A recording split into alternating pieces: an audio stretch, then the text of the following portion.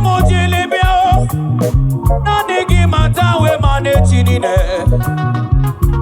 nanigi buochi rozua onye nachi uadine na nekene lologi azigi ifaiti mana ya bima o imane memma ima ifaiti mana ya bima imane ifaiti mana ya bima o imane je kwandu ima o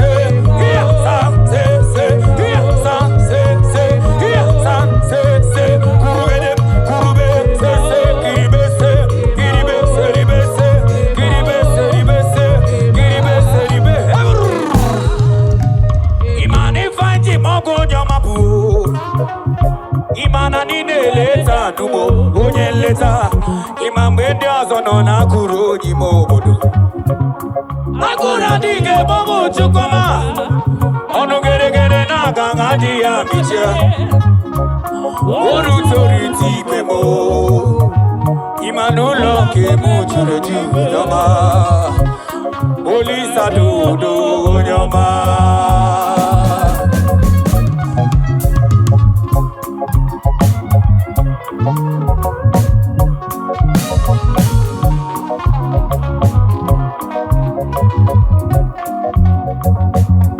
Ifanyiji mogo nyoma bu Ideleta nubo Imana mwende ozono na kuro jibo bodo Aguradi e momo chukoma Odo gere gere na gangadi ya bicha Oritoli ti memo Imanulo ke mochire ju nyoma Olisa do nyoma. Thank you, Jesus. Akame truno nuwe diwono mama. Oku kwekwere na Jesus enye omaka. Akame truno nuwe diwono mama. Oku kwekwere na Jesus enye omaka.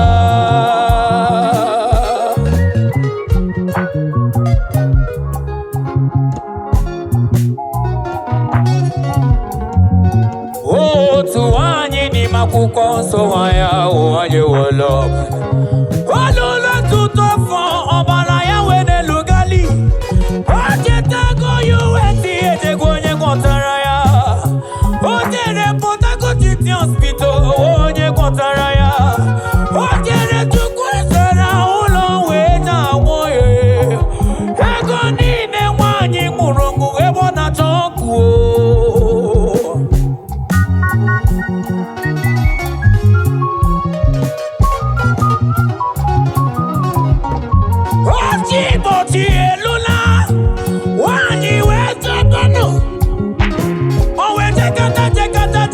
Jesus, Ondrona Jesus na kapelo sange metonu weyaka.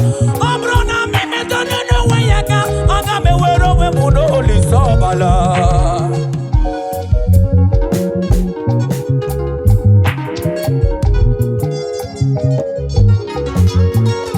Owe bie sinazu Jesus. Wanyi we bie sinazu onye wanyi.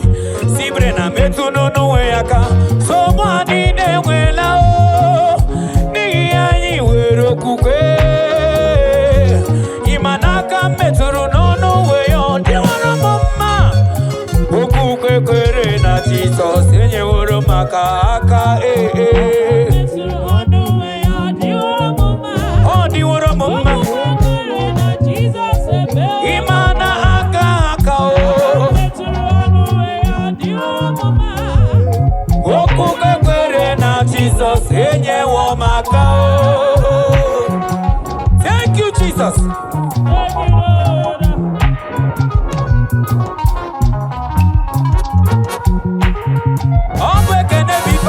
Nebia.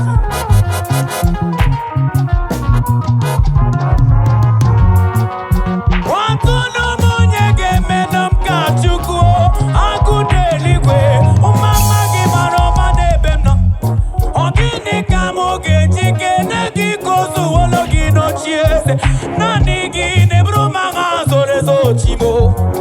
Akame turu no no way on the one mama.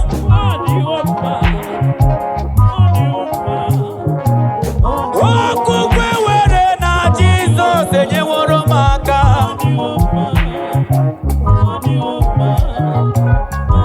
Imana akame tu no no way on the one mama. Imana kukwe were na ya onye woro maka. Imana akame tu no ya wedi woro mama.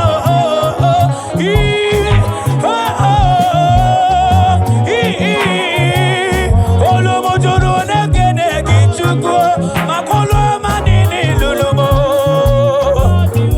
Akame tu no no we oni woro mama. Okukwe kwere na Jesus onye wo maka. Thank you, Jesus.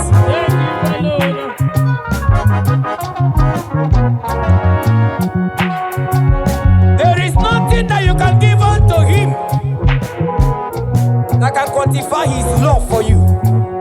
Oh, my Father, I have come to say thank you.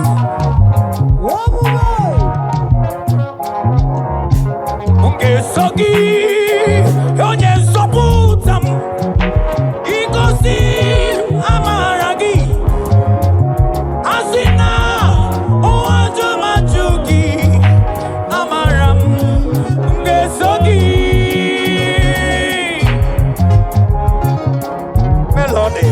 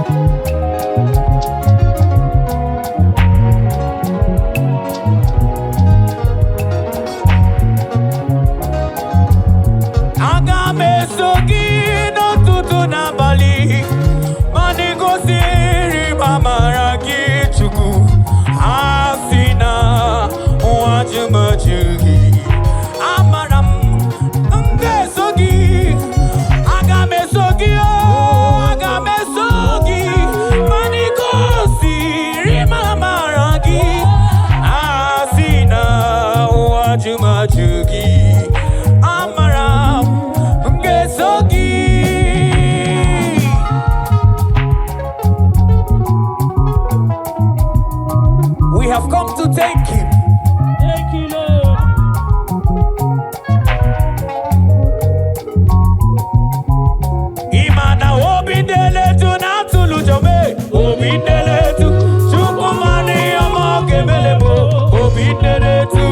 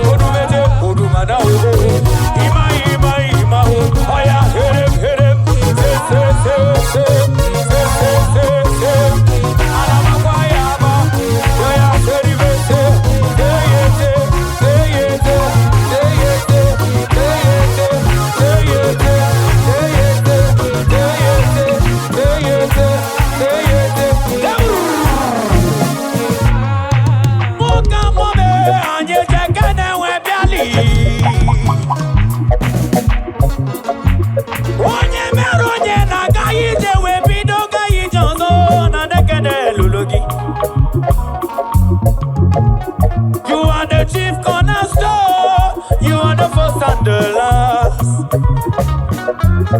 You are the one that is and was and is to come. I have come to give you all the praise because you alone deserve to be praised and adored. You call this a man. Ogini kamo genegi, wakala mi fem genye chukuo. Ika kwa mi fonde lino tieze yao. Itale, iman inye yari aga yeri, inye yanu iman aga yatano. Golu Jesus ikwe.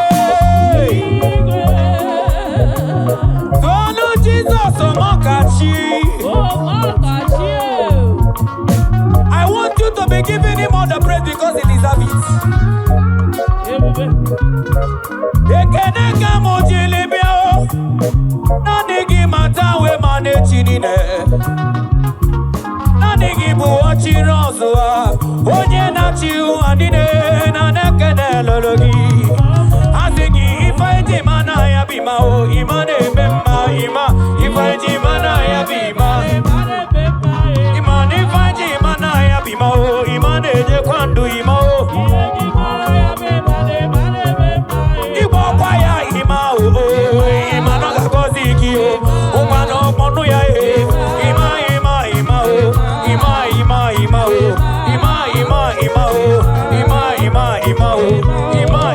ima o. Oya pegese, ribe, se kirigidigi, se kirigidigi, anaba kwayaba, iya, se,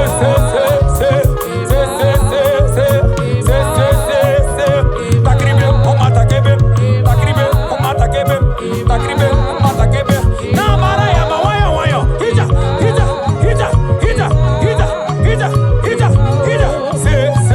iya, sa, se, iya, sa, se, iya, sa, se, kurube, se, kiribe,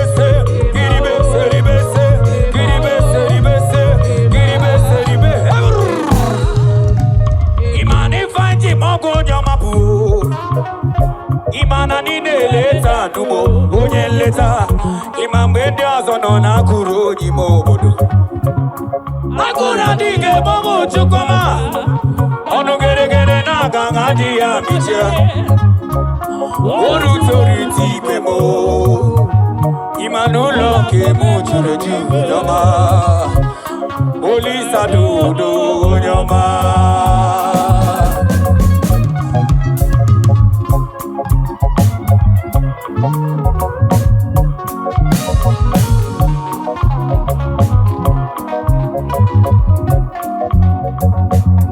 Ifanyiji mogo nyoma bu, ineleta numo, imana mwende ozono na kuro jimo bodo.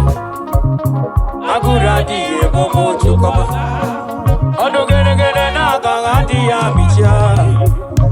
Oritoli ti memo, imanulo ke mojure judoma, olisa do nyoma. After solo on G-Sharp.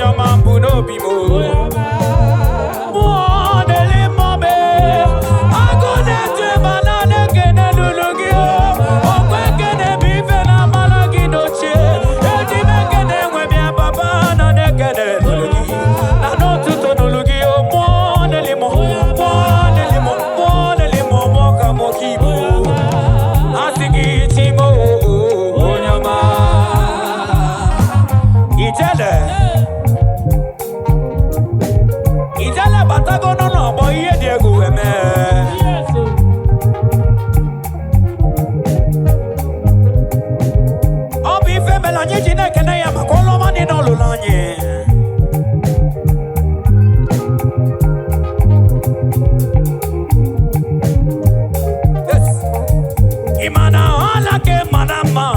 Ebedi anya, ebedi sobi, ona uti, nuru aputa ala kukuru Jesus, kaninyenye ekele, rembi ebi, ayo koko.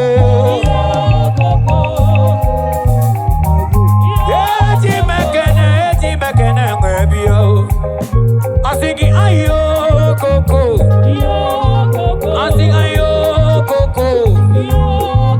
Asigio koko, asigio koko, yo koko.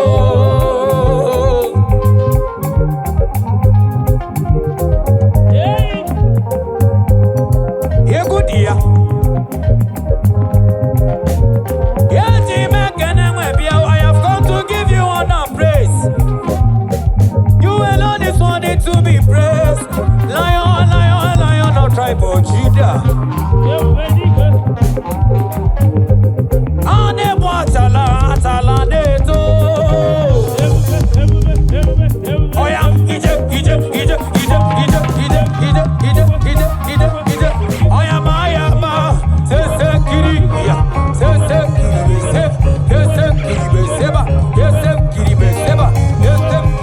seba.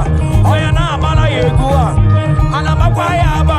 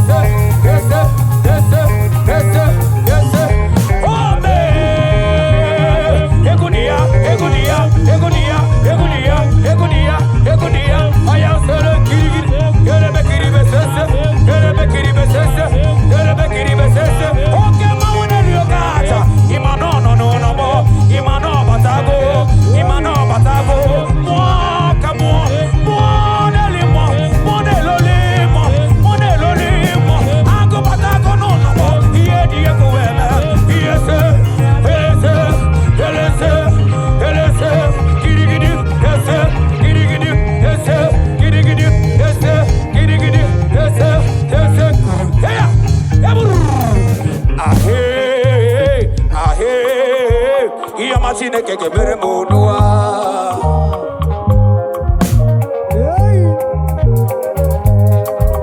Owelende chukune mele mangano de wane ya konele no cheze ya. Ekene kamojili miani luki. I have come to give you honor and praise. I have come to give you all the thanksgiving. You are worthy to be praised. I hear.